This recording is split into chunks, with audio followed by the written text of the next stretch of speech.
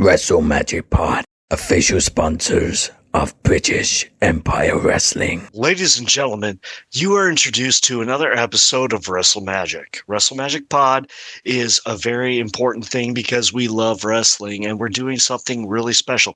I've got my good friend Sean on the show, and he is one of my great co-hosts, and we love to have fun and talk about stuff. And so we want to talk about like 5 people that we thought were unsung heroes. And unfortunately, one of his unsung heroes is his beautiful dog. But we'll get to that at some point. He's walking away now, so sorry. So, ladies and gentlemen, this is Sean Bush, if you haven't seen him on the show yet. But this is Wario to Maverick's Mario.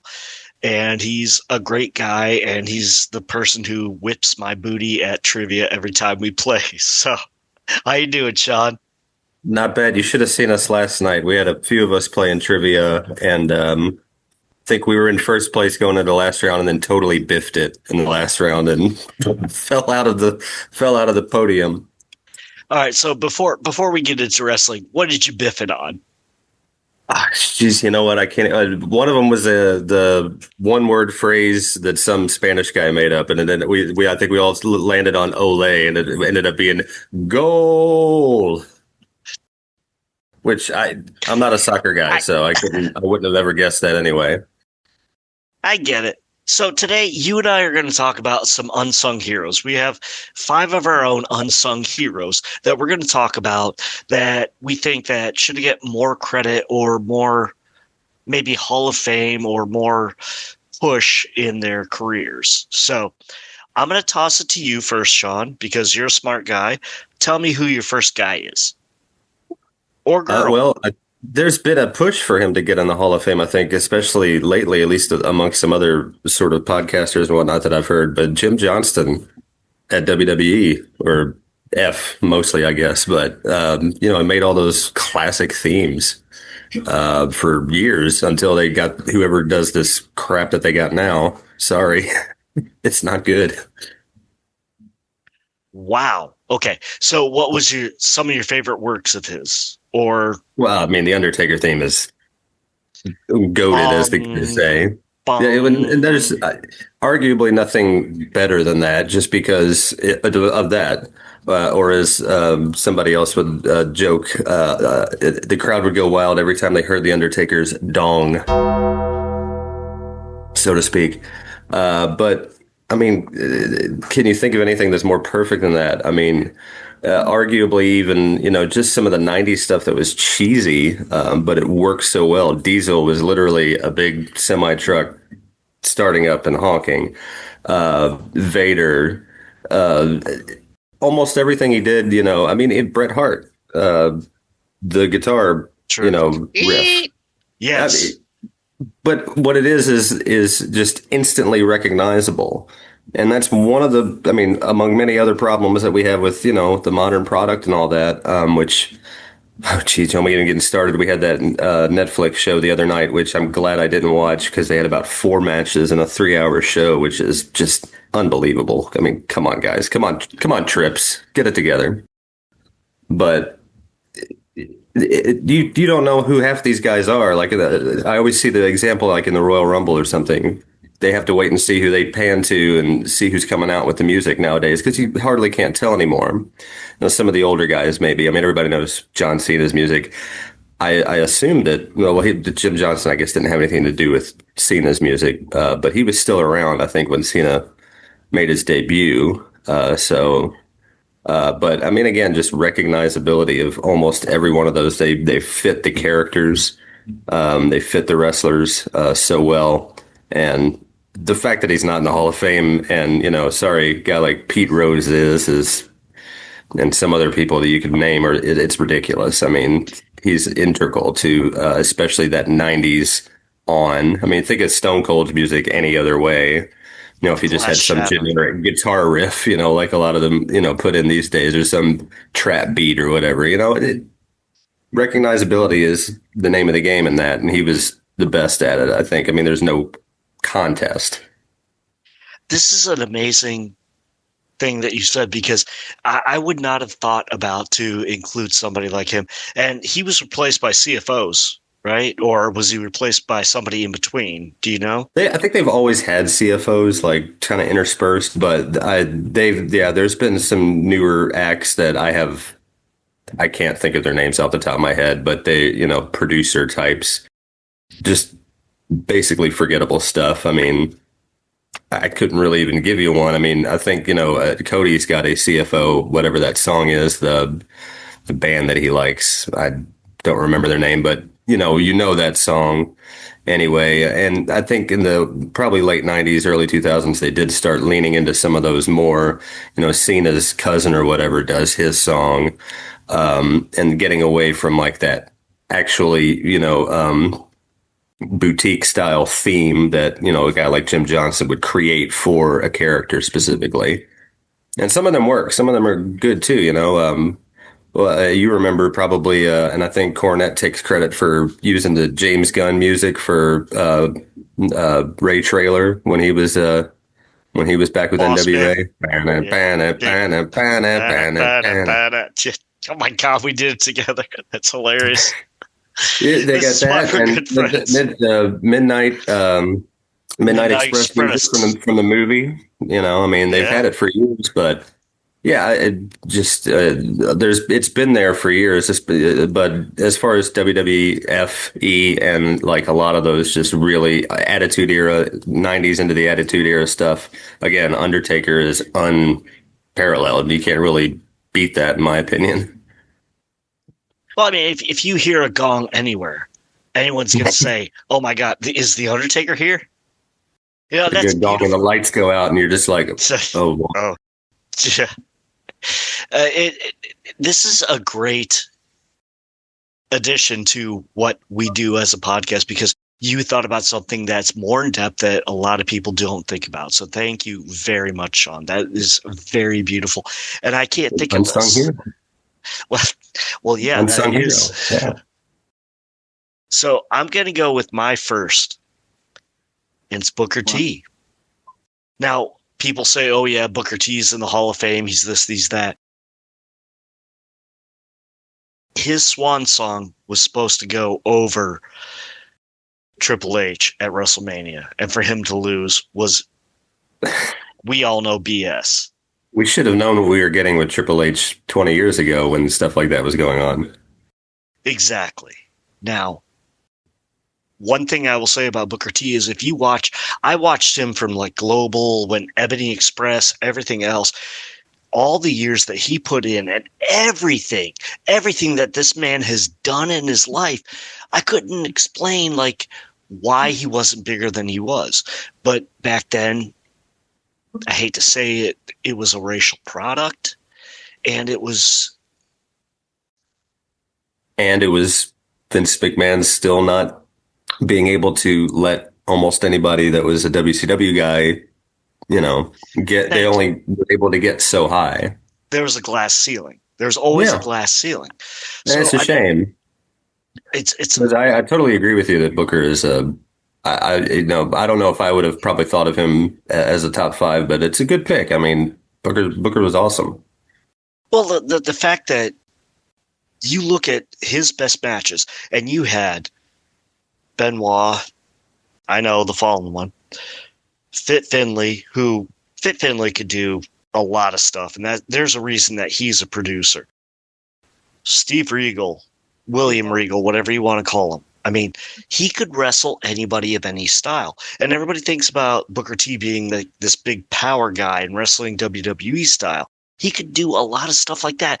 But the fact that he could absolutely wrestle chain wrestlers, that is something different. For a guy of his size, of his power, and then reforms himself in a tag team with Goldust, things like that. He elongated a career. His brother didn't elongate it, and nothing against Stevie. It just didn't elongate. But the fact that Booker T could elongate his career as long as he did, that is an amazing performer. Amazing. And everything he did, like I said, technical wrestlers, high flyers, you name it, heavyweights. He did it all. That is an amazing performer. And I don't think that he'll ever get his credit as far as being one of the best in the world. And really, honestly, I can't put him on my Mount Rushmore, but I can say he's on my top 10 because he had it. He had it in him. And yet nobody gives him that credit. And I think it's all because of when he lost at WrestleMania. And it's not because he lost. It's the way they made him lose. A tap out. It was stupid. It was just. Wasn't it the Triple H hit him with the pedigree, and he took about 30 seconds to even cover him, which was, it had to be a burial of some, proportion. I think they used the old Indian death move or something like that, where he, like, Triple H used to, like, his legs around his arms and wore him out. And it was, I try to bleach my eyes of it. I try not. I love wrestling. I'm a wrestling historian and analyst. But Lord, I bleached my eyes of that match because everybody knows that's one of the worst matches in history only because of the loss. That's my feeling. So I put Booker T up in that unsung heroes that should be a little bit bigger, a little bit more. And then when he went to TNA, he said in many interviews that it was a cash grab. And he didn't blame other people because it was a cash grab. And it's like, do you feel bad for him? I felt bad for him because he was still jacked and racked. And one thing I really love is that he said if he ever had a final match, he said it would be against somebody who he always had really great matches with. And you know who that person was? Lay it on. Lance Storm.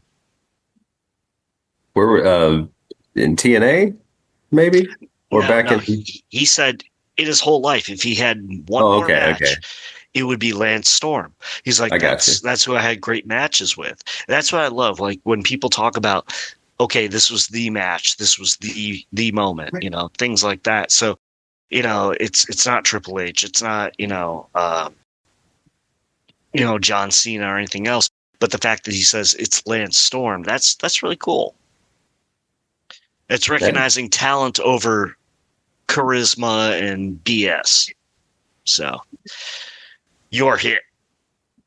Well, you already mentioned him once in passing just a minute ago, but I'll give a lot of credit to a guy like Finlay, and mostly not even for his specific, career wrestling-wise, but for whatever you think about it, the elevation of the women's wrestling since he took over, and it probably still would be a joke, unless, maybe somebody else could have come along and, did what he did. But it was largely a joke, the divas and all that. I'm a straight guy. There were plenty of female wrestlers and, valets and whatnot over the years that I thought were, hot or whatever, but it was never taken seriously until that on a major level. Smaller indies, Japan, of course, which the women over in Japan are brutal and put on better matches than a lot of guys over here in the States who are probably getting paid, factors of 10 more than they ever will. But as far as here in the States, at a place like WWF, WWE, it's a night and day difference from where it was probably even, I guess, starting around 10 years ago, 15 years ago. You talk about, no offense to any of these people I might drag, but, Kelly or even the Bella twins or whatever. But now with some of the actual talent that they've been able, and they're able to kind of move into that and foster it with some of the younger talent that they have brought up. I was watching the Saturday night's main event, the John Cena final match a couple of weeks ago, and I don't really follow NXT very much, but I like that Sol Ruca. She's still really young, green as grass, got a lot of growing to do, but she's got some interesting moves. Yeah, she can move. Yeah, doing a little bit of the walking the tightrope into a DDT looked really cool. I got a cat now. trying to get up in my lap. Dogs, cats everywhere over here. But yeah, I Pick mean, it up. Finley has to get some credit, or a lot of credit for making that, and it's proof in the pudding because they did main event of WrestleMania. Whether or not that match, I could have maybe said it could have been handled a little bit differently than it was, but overall, Ronda Rousey, Charlotte Flair, and Becky, it was main event worthy for a modern WrestleMania show. I think, considering what WWE has been for a while, I think it is. I will say that I think David Finlay is one of the. First of all, he's a tough guy. Everybody knows he's a real tough guy. He likes to fight. Yeah, I wouldn't fight him. But what I'll say about him is the fact you put your toes in your ears. That's why. I know, and I don't want to do that. That could hurt. But no, seriously, David Finlay. First of all, as a performer, I really enjoyed him because he wrestled the catch-as-catch-can style, kind of, and he wrestled the more the European strong style, but he didn't go overboard with it, which is funny, which is going to lead me to one of my next people. And you already know who it is because you're smiling. But the fact is, when he became a producer, he did so much with the women that you were talking about. We went from divas and bras and panties to actual wrestling. Yeah, they sure still are scantily clad. It is what it is. You don't have like a legitimate kind of actual wrestling star like a Rhea Ripley 15 years ago. Exactly. And you have maybe an Io Sky, as talented as she is, being on, very preliminary matches. I mean, think of, if they had a Bull Nakano, would have been around today. In that women's division, Would have loved it. Yeah, but and give her credit. They were doing, a few things with her back when she had a career here in the States, but it was still very much leaning on a lot of other Japanese wrestlers and very few homegrown, more American or Canadian, straight up women wrestlers at that time, like it is now. Yeah, well, that's going to be something that we're going to talk about at the end of the show as far as Japan goes and women's legends. But getting back to it, so I think Fit Finlay is a great choice because, look at that baby. Who's that baby? Who's that baby? Stay on target, Ricky. Named after Ricky Morton over here. Ricky Morton. Okay. So next one I'm going to put in is Rick Rude. Oh, now, interesting. Yes, because Rick Rude won the WCW championship when it was known as the WCW International Championship. He never actually had the true, as far as I know, world championship. It's really weird how, because the NWA seceded from WCW. And Rick Rude is one of the most talented men I had ever seen perform in my life. I don't know how you feel about him, but the fact that the first time I saw him was in World Class and he was going over Bruiser Brody. Over Brody! How do you do that? Well, I think what you said about Booker T applies a lot in my mind to a guy like Rick Rude, somebody who could wrestle basically anybody, who can have a match with any style. Exactly. Both of them. Have you ever seen a bad Rick Rude match? No. I remember even going back. I mean, I've been able to watch some of the old shows from NWA back in the day when he was really young, and I mean, you could tell already. He was growing into the character, but just in-ring talent. He's probably not going to do anything that's going to make your, hat fly off your head in a match, but he's going to be solid and not miss anything and basically be able to do that with about anybody else that is on the roster. So what I'll say about Rick Rude is, first of all, he would tick you off at the end of every promo when he would blow a kiss. and people hated it. And I would stay there to the end just to see the kiss, just because I knew it would tick me off. And I was like, this guy has the best heat in the world. He has heat. And I was like, Rick Rude has some. He was a tag team champion. He actually never lost the NWA Tag Team Championship, so it should go back to him, okay? But he and Manny Fernandez never lost it. He just left and went to WWF. Whatever you want to call it. And so they doctored footage of, the Rock and Roll Express winning it. But I remember watching NWA, the 605 Live, whatever you want to call it. And Rick Rude was with Manny Fernandez, and they were just wrestling, and they're wrestling. And they took an hour. They did an hour show of just the two of them. Well, it was a 2-hour show. It was just, we're going to cancel everything else. The tag team championships are on the line. And Rock and Roll lost it to Rick Rude and Manny Fernandez, and then they just never lost it back.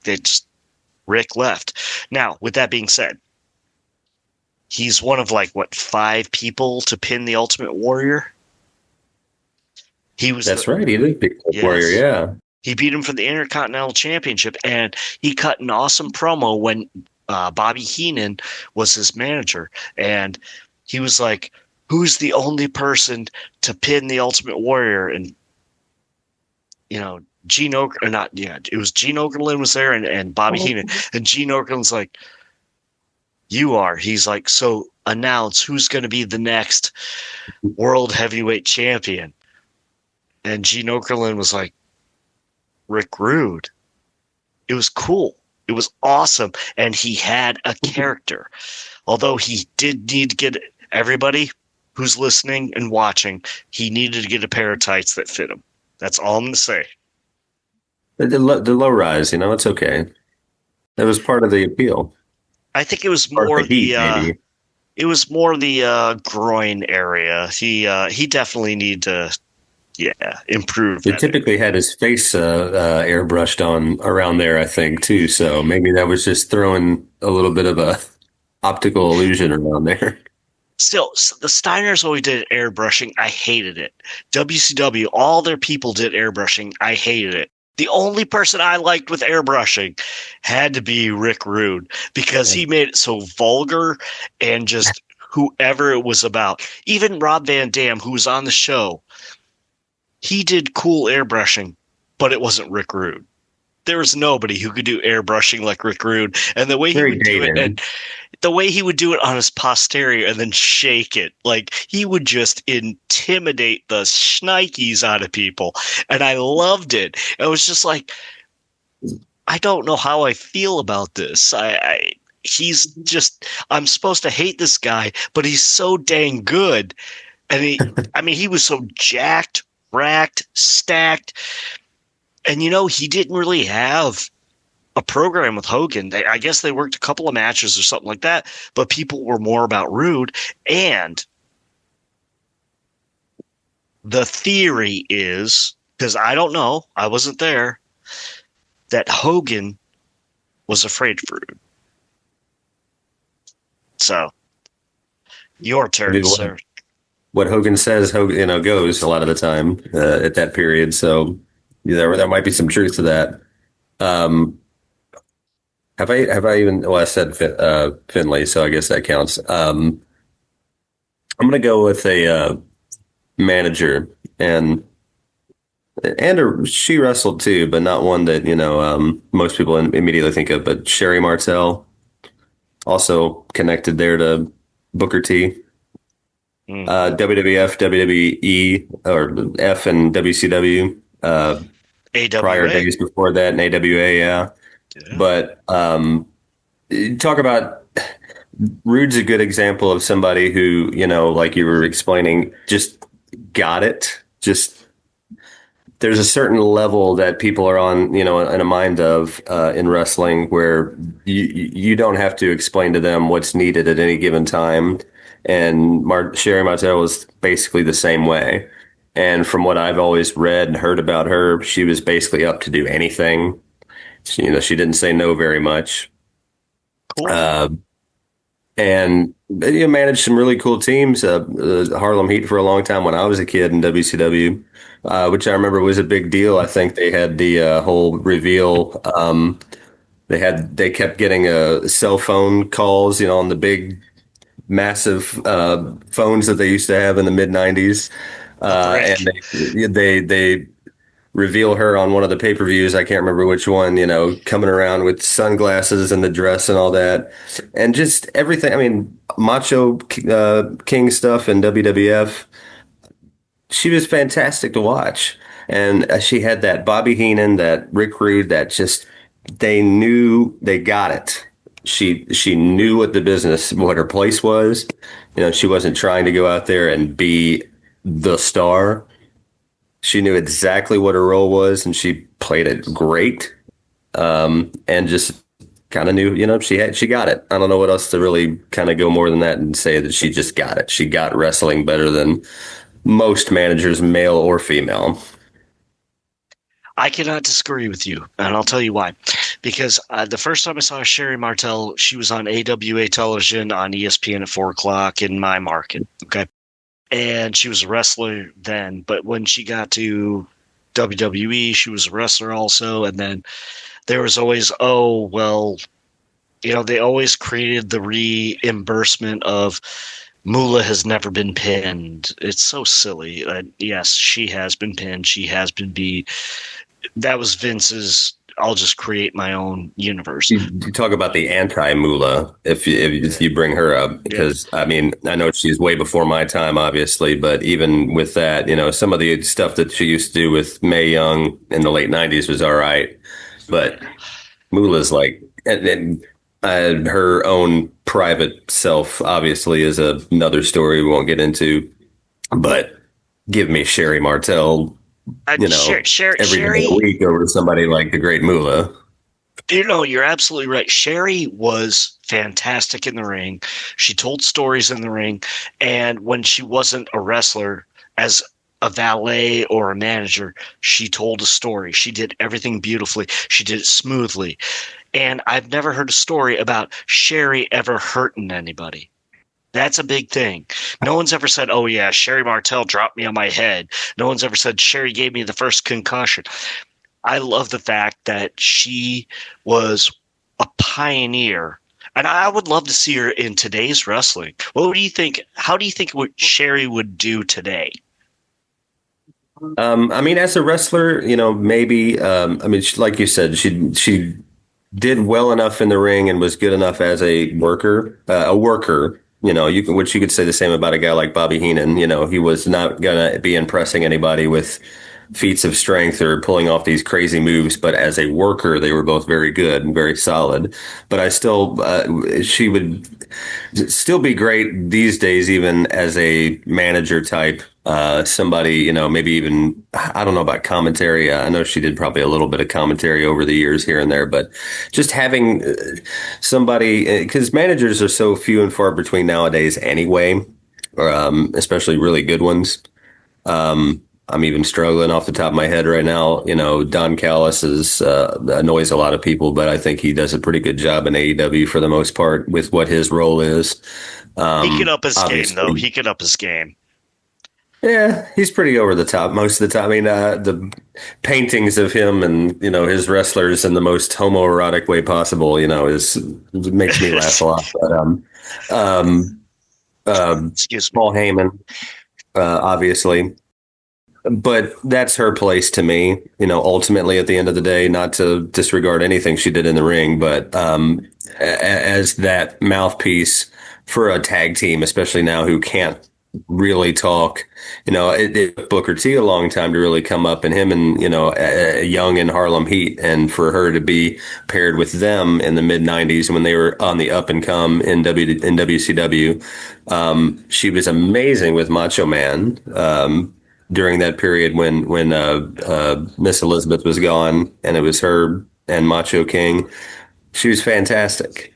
So I think she easily could be in a very good spot these days too, probably more with somebody like AEW, just because they seem to kind of have that feel to them more so than WWE does, but I think she certainly could. Wasn't she the one next to Booker T when he made the infamous comment? We all know about the infamous. Yes, I think Hulk she was the one Hogan, who we slapped him coming on. for you. Well, if I remember, watching the video, he immediately knows, the mistake he made, and I think she just gives him a smile and just kind of, pats him on the back like, "You're okay, baby, you're okay," Yeah, so she was also a leader She in was so that smart. She situation. was just such a smart, person in this business. That is a great pick. I actually can't disagree with that pick at all. Just like Fifth Finley, I mean, you've made some really great picks. So the you next almost one had a Hogan club yourself there, buddy. Watch it. No, not that bad, but yeah. let's a great definitely pick. watch. Come on. So, next person I'm going to go with is going to shock you. Abyss. Is he going to bust through a wall? I hope not, because he's not the Kool-Aid man. But Abyss, I think, is a person that could have retired in WWE, and I think that they wasted their time with that situation. What they could have done with Abyss is when they're pushing Braun Strowman and he just beats every big man and they don't know what to do. If he was really going to retire, Parks could have retired in a WWE ring. He only had really one, besides stuff that they showed in NXT. They did not do anything more with him except for him being in the ring once or twice with AJ Styles, and it made no sense. Then next thing you know, AJ Styles with Omos, which how's that working out? And I was going to say, you're even blowing my mind a little bit here with him. Even I couldn't have told you that he even did anything with WWE, to be honest with you. So I knew he's an agent now. For a lot of the guys, which is cool. And tells me, and I liked him in TNA a lot. I think it's almost cheap to say he was TNA's Mick Foley. That's not really fair to him, or it's not fair to him really to even say that. But in certain respects, I can see where people would say that. But I think Abyss was a really good hand to have in a place like TNA, even though he never kind of got to WWE at any certain point. I think he should have had one match, and at the point where they I'd like to seen it, pushing Braun Strowman so much, and it's like you're going over Kane and Big Show every week. It's like, okay, it's the same thing every week. Why not give us the retirement of Abyss? Well, the fans, as smart as the crowds are these days, they'd have known who it is and probably pop pretty good for one match. I think, that's definitely not at all a bad idea. I'd be down for that. It could have been, it would have been something, but it bothers me the fact that the guy he never had his ride off into the sunset. And so, if you were going to retire Abyss, if you could do it with somebody on the roster right now, I already think I know who you'd do it with, but who would it be? On the roster right now? Ooh. Yeah. Ooh. Oh, man. You'd have to go back a little ways maybe and go with that, because right now the roster is in such a weird spot, and I don't want to get this, this program into, getting into critiques about, the modern wrestling thing, but I'd probably honestly have an up and comer, guy do it. Who's that? African champ in NXT who had the match with Cody. Obafemi. Exactly. I like Obafemi a lot. Is that who you were thinking I was going to say? Yes. Oh, well, maybe I hit the nail on the head. He's a monster. He's a monster. He's the only thing that NXT has produced really solid. I mean, there's Javon Evans, there's Obafemi, and there's Braun Breaker. Since Vince McMahon scraped NXT years ago, those are the only three people who've really come up and done something. I mean, you've brought up Trick Williams and you've brought up this guy and that guy, but it's not clicking. And I really think that, like, you have him do that, that would have been awesome. Beast versus Beast. I like Beast versus Beast. I need to see this Obafemi a little bit more anyway. Like I told you at the top, I really haven't been paying attention to NXT for a while now. It's not on my radar at this point, but having seen that Saturday night's main event, Obafemi was one. Sol Ruka was another one that I was impressed with her match. And I've seen a couple of things from Javon Evans. Did I get that name right? Yes, he's amazing. Yes. He's and he's like 21 or something, 22 years old, something. Yeah, he's a baby. Yeah. He can be my son. Him and your other three initialed superstar from the other company potentially headlining a WrestleMania here in about 8-9 years, something like that. You can say MJF. It's okay. I will say MJF. We'll date this show, the AEW champion MJF, which is always nice to see because I do think he's the best guy that they've got on the roster. Period. No hate to some of these other guys. I love Swerve. Swerve's amazing. MJF is just in a different kind of class. He's probably going to be in WWE at some point. I don't see how. I mean, what else can he do in AEW? Almost at this point, 2-time champion there, and we'll see down the road. But him and a guy because he's only about 28 years old now anyway himself. I don't even think he's 30 yet. So he's a youngin', but compared to me, everybody's a youngin'. So now, what I will say is, and this is just a sidebar, but I really wish that they'll sign Samoa Joe back. But he's going to make a lot of good money with that whole Twisted Metal thing. So, I can't blame him for making his money. And I mean, he's probably about my age, which is 50, folks. And your body isn't the same way.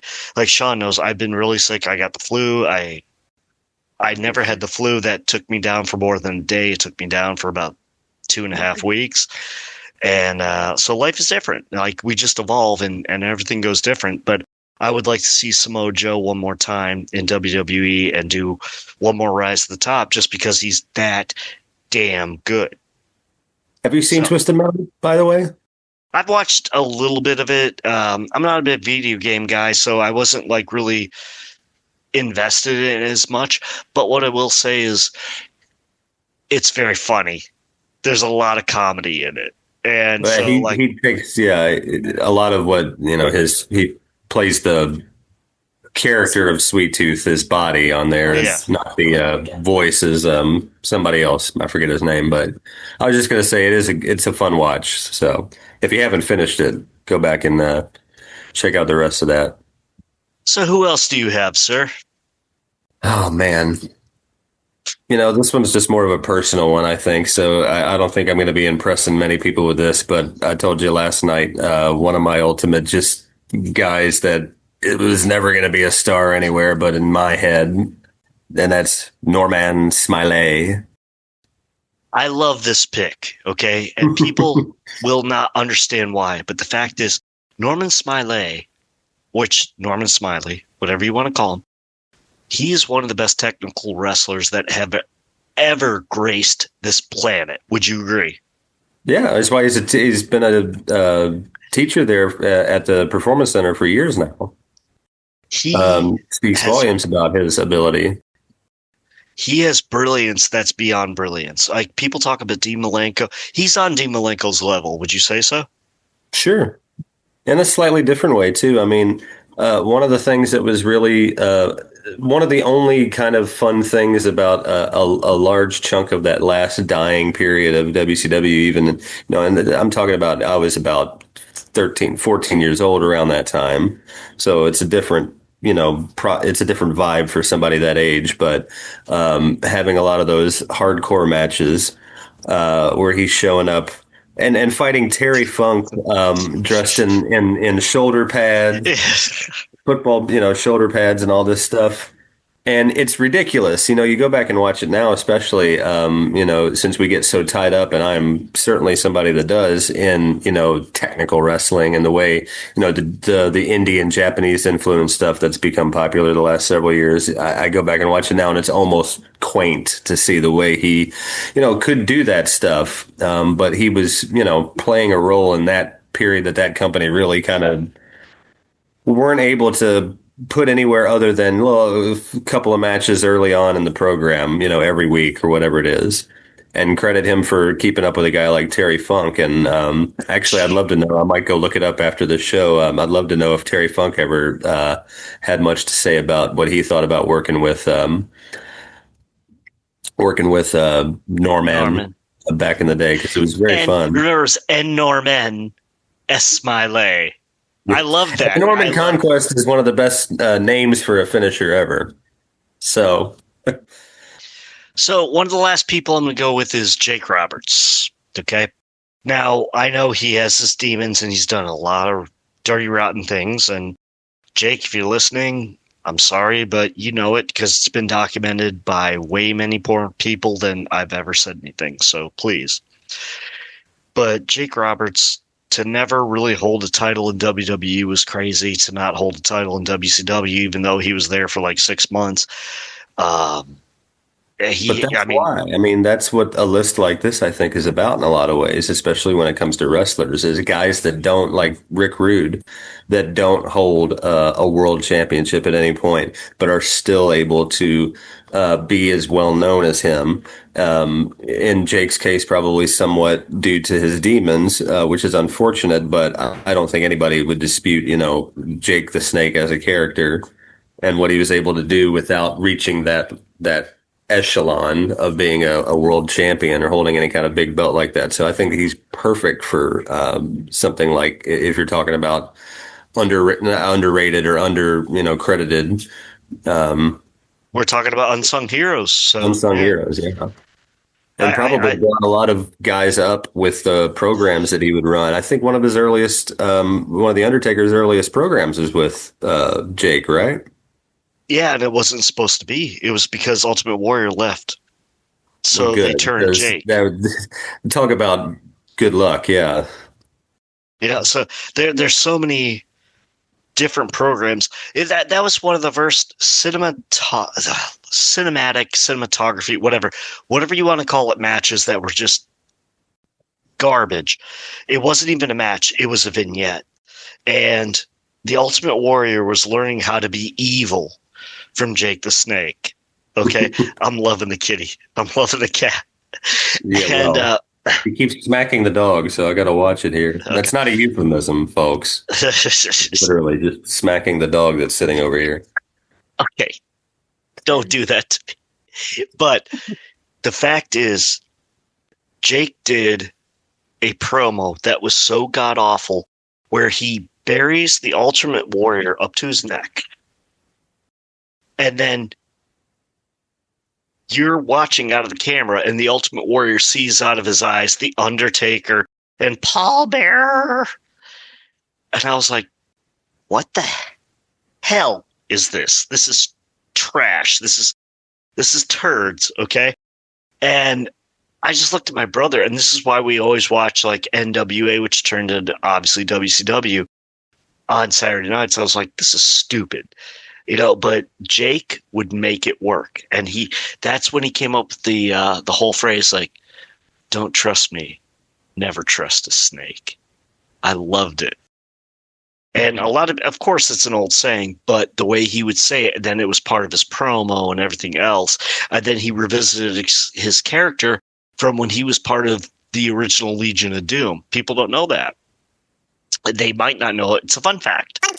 That the original Legion of Doom was the Road Warriors, Jake the Snake, Buzz Sawyer, I believe it was Buzz Sawyer, and King Kong Bundy. So he didn't wear the shoulder pads, though, did he, Bundy? No, God, no. I don't think you can get the shoulder pads on Bundy, to be honest with you. No, it wasn't like that. It was just the Road Warriors were the Road Warriors. But it was a stable. Yeah. Stable, yeah. I couldn't see Bundy and all that, but he, He was my mother, so that's a whole other story. But anyway, sir, so we should probably wrap up a little bit. Do you have anybody else you'd like to join?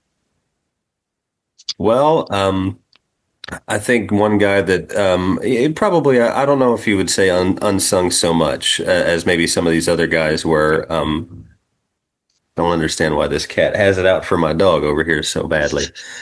But Mike Tenay is. Would you say unsung? I mean, I don't know, man. The professor was. I mean, people who know, but I think even some Amazing. people who I talk to forget about his involvement with TNA. Which, if I remember, going back in, the memory banks there, he even got a little bit more of a character in TNA than he ever really had in WCW.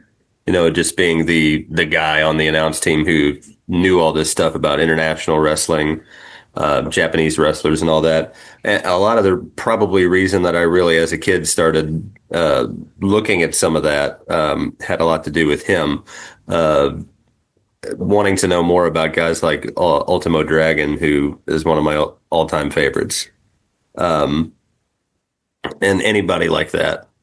A lot of that probably did come from a guy like Mike Tenay, and he played really well off of Bobby Heenan, kind of being the real, the brain, the professor and the brain. You could almost make probably a TV show with them. I mean, obviously Gorilla and the brain too, but they were really good in WCW together, and he went on and had a second career in TNA for quite a while, if I remember correctly, with Don West, and they were really good together for a good period of time. I cannot disagree with you at all. I think Mike Tenay, like I said, when I was first searching for a nickname back when we were on the old podcast, people told me, call yourself the Professor, because I remember so much about wrestling. And I was like, no, I won't disrespect Mike Tenay like that. Mike Tenay, I don't know why he never had a WWE contract. I don't know why he never had a WWE career. But I've never seen somebody who's so well spoken. He doesn't have the pop like Jim Ross. He doesn't have the pop or the humor of a Bobby Heenan. But he's going to tell you every god dang move that's in that ring. Well, I think that might be one reason why he didn't in WWF for any real period of time, because he really didn't have, a character per se. And that's what they wanted, a place like that. Even JR, as straightforward as he was, that was a lot of the time his character, plus some other things that he had going on. But Tenay was there to kind of be the substitute for your internet wrestling smark that we've got these days, back in 1997, 98, 99, for that key period in WCW. And then kind of be the guy that was on commentary early on in TNA's run and get them sort of established. I don't remember exactly when his run ended in TNA, to be honest with you, but for those earlier periods. I know it probably ended about maybe 10 years ago. I don't know, because TNA became unwatchable, we all know, during the Bischoff-Hogan era. It was just terrible. But, one of the questions that we asked Larry Zbyszko when we had him on the show was, Larry. It was a good show, by the way. Thank you very much. We're like, Larry, every time you started the show, Mike Tenay was always smiling. I was like, was someone tickling his leg? He's like, no, we didn't mess with Mike. He's a very good guy. Like, Larry was so cool. But it's the fact that Mike always started out every show with a big smile on his face. And he is incredibly intelligent, and I respect him. And I think, like, he's forgotten more about wrestling I'll ever know. He has forgotten more about wrestling than I'll ever know. And to him, I think he forgot more about wrestling yesterday than I'll ever know. Just the day before today, and that's it. Exactly. Wrestle Magic. All right, sir. Can I get some recommendations for you as far as a movie, food, music, anything like that? Well, tortellini soup is always good for a recommendation there. So We'll go with that. But we just got done watching what's it on Peacock? Yeah. The Copenhagen test just started on Peacock. I guess at the end of the year, the end of 2025. But we ran through first season. If you like espionage type spy stuff with a little bit of sci-fi thrown in for Hell good yeah. measure, I enjoyed it. I thought it was really good. Good first season watch through. And how can people reach you on social? They can't. So don't try. All right. Well, then they can reach you through me because we're good friends in real life. So that's the way we do stuff. Okay, so I was torn about putting this up here, and I know you're going to know the song, but basically the song we're going to do today is The Revolting Cocks, Beers, Steers, and Queers Drop Them Britches remix. I know. I have heard of the Revolting Cocks, I will say that, but I can't say that I'm familiar with their music, but I have heard of them. And my food is going to be rabbit stew. I made some. Do you want some? I'll bring some over. I'll get you. Wat stew?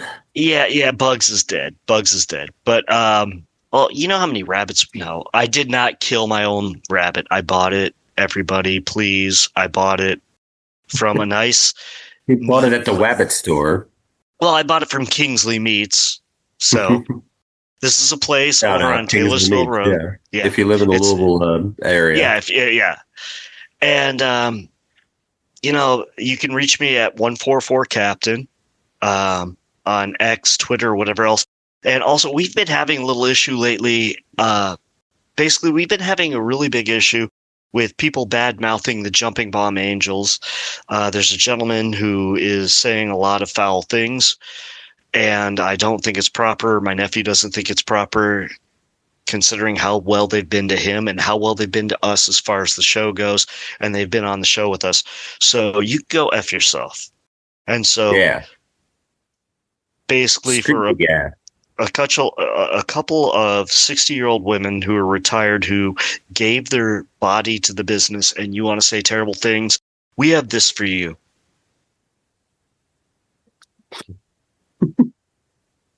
They had to work for Vince McMahon. Cut him a break. Jesus. Sign a petition for the Jumping Bomb Angels to get into the WWE Hall of Fame. Thank you very much. And ladies and gentlemen, my last sign-off is just have a great day, drink some water, and avoid the flu because it really hurt me, okay? Have a great day. Oh, yeah. All right.